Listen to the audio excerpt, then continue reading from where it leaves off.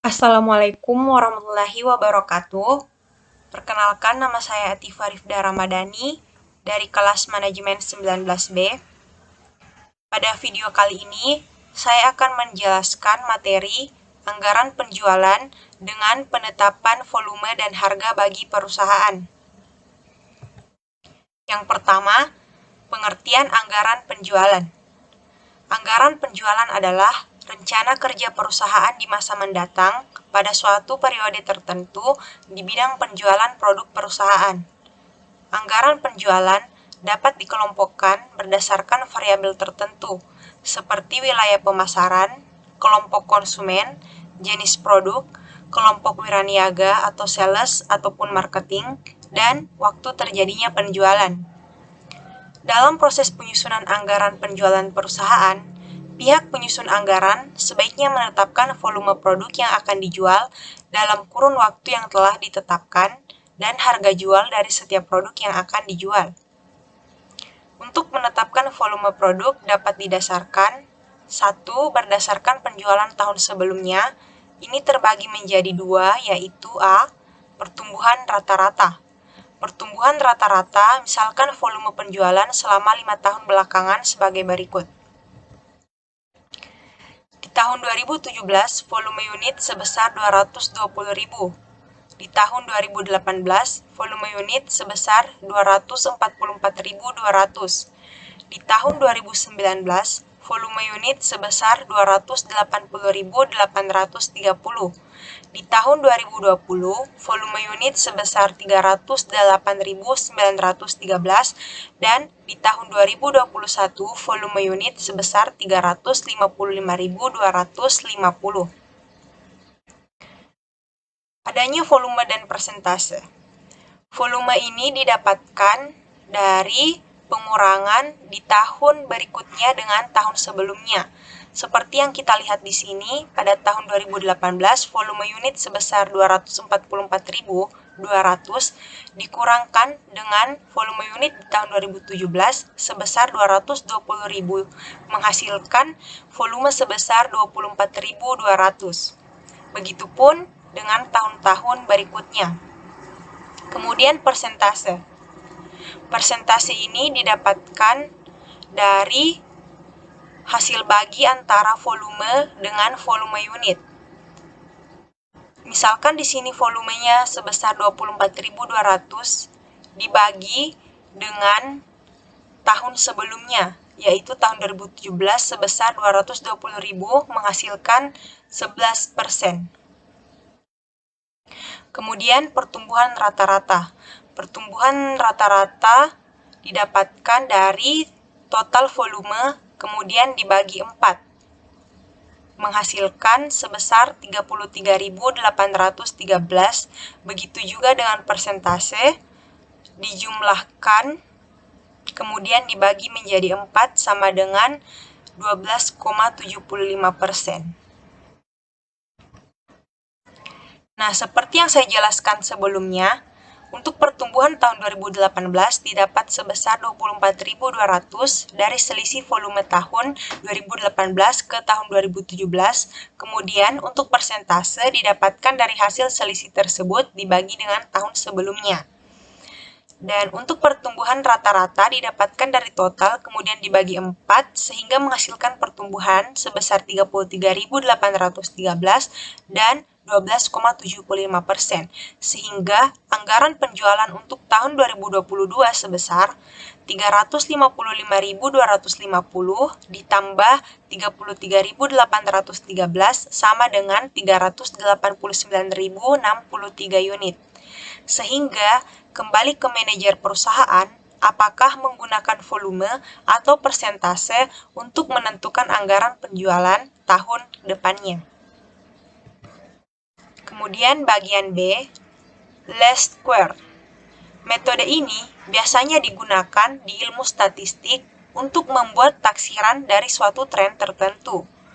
Rumus mencari nilai Y yaitu Y sama dengan A ditambah BX, di mana Y adalah nilai proyeksi Y untuk suatu nilai X, dan A adalah konstanta nilai Y seandainya X sama dengan 0, B sama dengan slope, atau menunjukkan berapa satuan Y akan berubah seandainya X berubah satu satuan. Adapun rumus mencari nilai A, yaitu A sama dengan sigma Y dibagi N, dan B sama dengan sigma Y dibagi sigma X pangkat 2, di mana sigma adalah jumlah penjualan aktual, dan N adalah jumlah tahun dalam data, dan sigma XY adalah jumlah perkalian X dan Y, dan sigma X pangkat 2 adalah jumlah kuadrat dari variabel X. Yang berarti variabel X adalah tahun, yaitu 2017, 2018, 2019, 2020, dan 2021. Untuk mempermudah perhitungan variabel waktu, tidak dinyatakan dalam tahun, tetapi dalam satuan angka seperti min 2, min 1, 0, 1, 2, dan seterusnya. Disebut angka kode atau coding, dan metode pembuatan ini disebut coded method. Adapun contohnya, pada tahun 2017 merupakan tahun ke-0 dengan volume penjualan sebesar 220.000 unit, dengan X1 sama dengan min 2, dan X1 dikali Y1 sebesar min 440.000, dan X1 pangkat 2 atau X1 kuadrat sebesar 4. Nah, bagaimana cara untuk mendapatkan X1 dikali Y1 ini? Yaitu X1 dikalikan dengan volume penjualan. Seperti yang kita lihat di tahun 2017 ini, min 2 X1-nya sebesar min 2 dikalikan dengan 220.000 unit sama dengan min 440.000. Karena di sini minus, kita tulisnya dalam kurung. Dan kemudian X1 kuadratnya didapatkan dari X1 dikali X1. Di sini di tahun 2017 X1-nya sebesar min 2, maka min 2 dikali min 2 sama dengan 4. Begitupun ke tahun-tahun berikutnya. Dan total dari volume penjualan yaitu sebesar 1.409.193. Total dari X1 dikali Y1 sebesar 335.213, dan total dari X1 kuadrat adalah 10. Sehingga A sama dengan 1.409.193 dibagi 5 sama dengan 281.193,6. Dan B sama dengan 335.213 dibagi 10 sama dengan 33.521,3. Sehingga X sama dengan 3, yaitu coding untuk tahun 2022.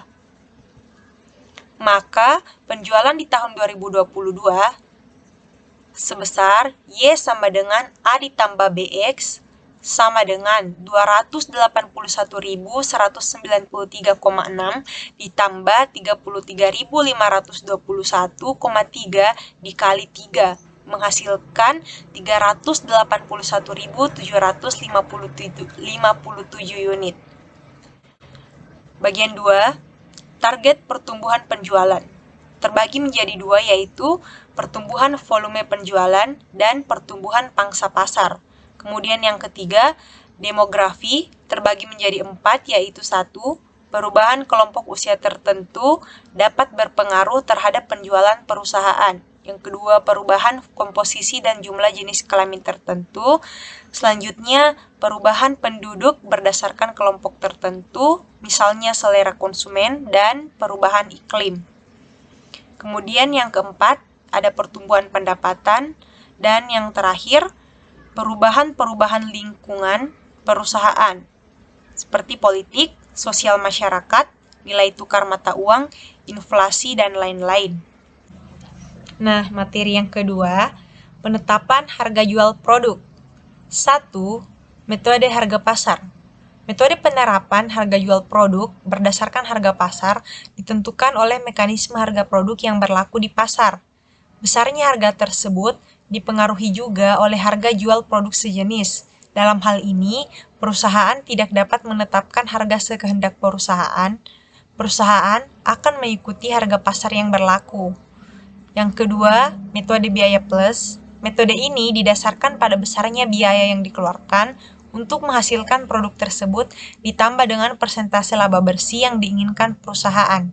Dalam hal ini, dasar biaya yang digunakan terbagi yaitu biaya produksi dan biaya total.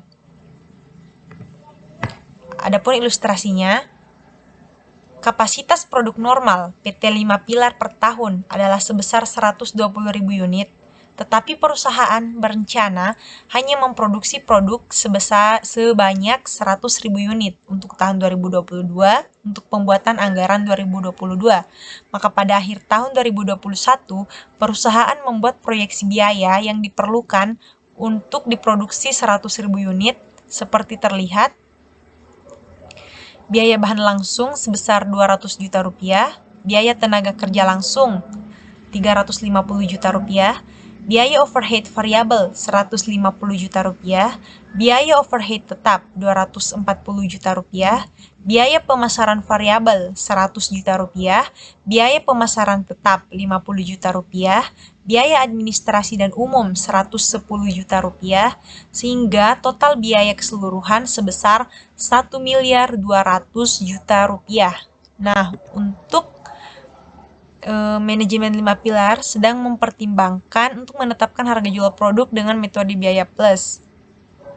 Jika perusahaan merencanakan menetapkan harga jual produknya dengan metode biaya total plus 20%, maka akan menghasilkan harga jual sebagai berikut. Penjualan total sama dengan biaya total ditambah 20%.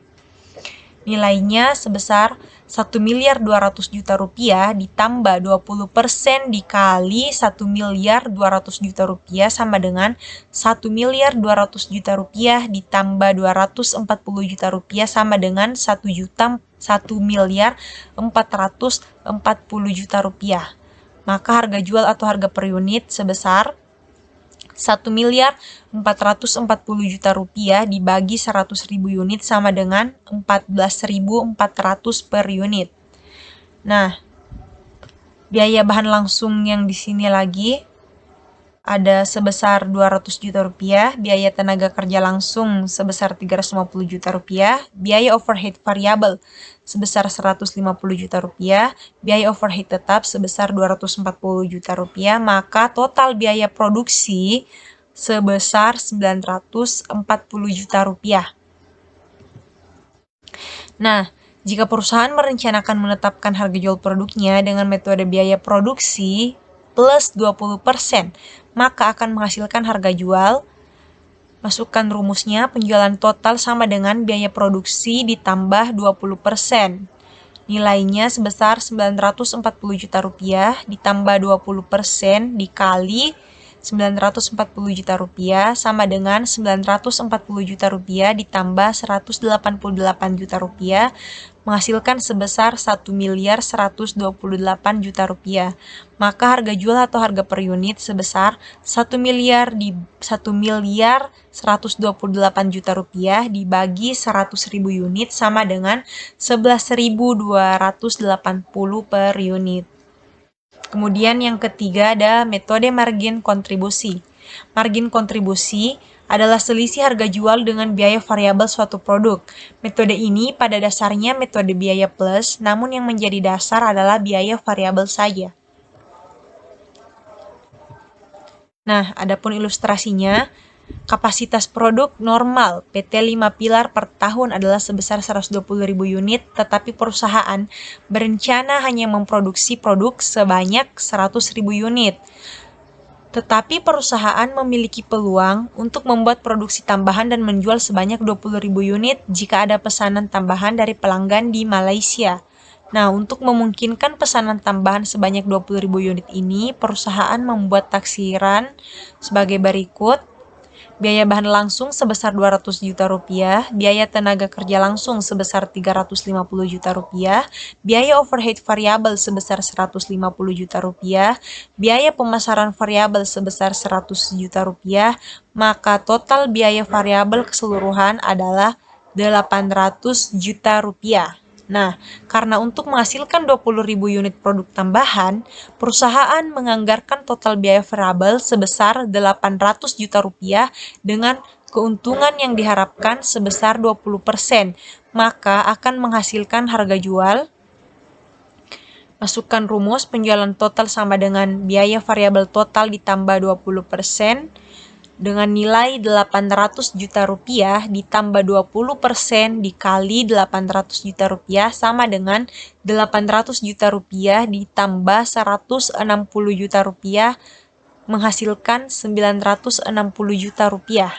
Maka harga jual atau harga unit sama dengan 960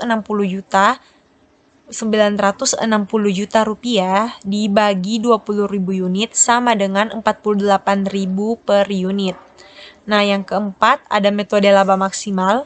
Ada kalanya produk suatu perusahaan memiliki sifat yang sangat elastis, di mana harga jual produk tersebut akan langsung mempengaruhi volume penjualan, maka perusahaan akan menetapkan harga jual produk yang akan memberikan laba usaha terbesar bagi perusahaan.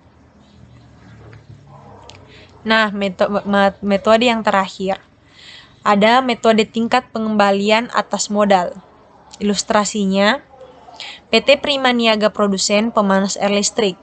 Total modal yang diperlukan perusahaan sebesar 500 juta rupiah dengan tingkat pengembalian investasi yang diinginkan sebesar 20% volume penjualan.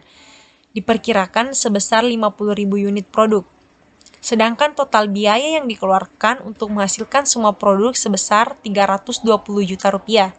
Nah, berdasarkan tingkat pengembalian yang diinvestasi atas modal tersebut, maka harga jual per unit sebesar, kita lihat rumusnya, harga jual sama dengan total biaya ditambah tingkat pengembalian modalnya modal dibagi dengan volume penjualan. Maka masukkan nilainya sebesar 320 juta rupiah ditambah 20% dikali 500 juta rupiah dibagi 50.000 sama dengan 8.400 per unit. Nah, di sini disertakan dengan bukti, yaitu penjualan sama dengan 50.000 unit dikali 8.400 sama dengan 420 juta rupiah. Dan total biaya sama dengan 320 juta rupiah. Kemudian laba sebesar 20% dikali 500 juta rupiah sama dengan 100 juta rupiah.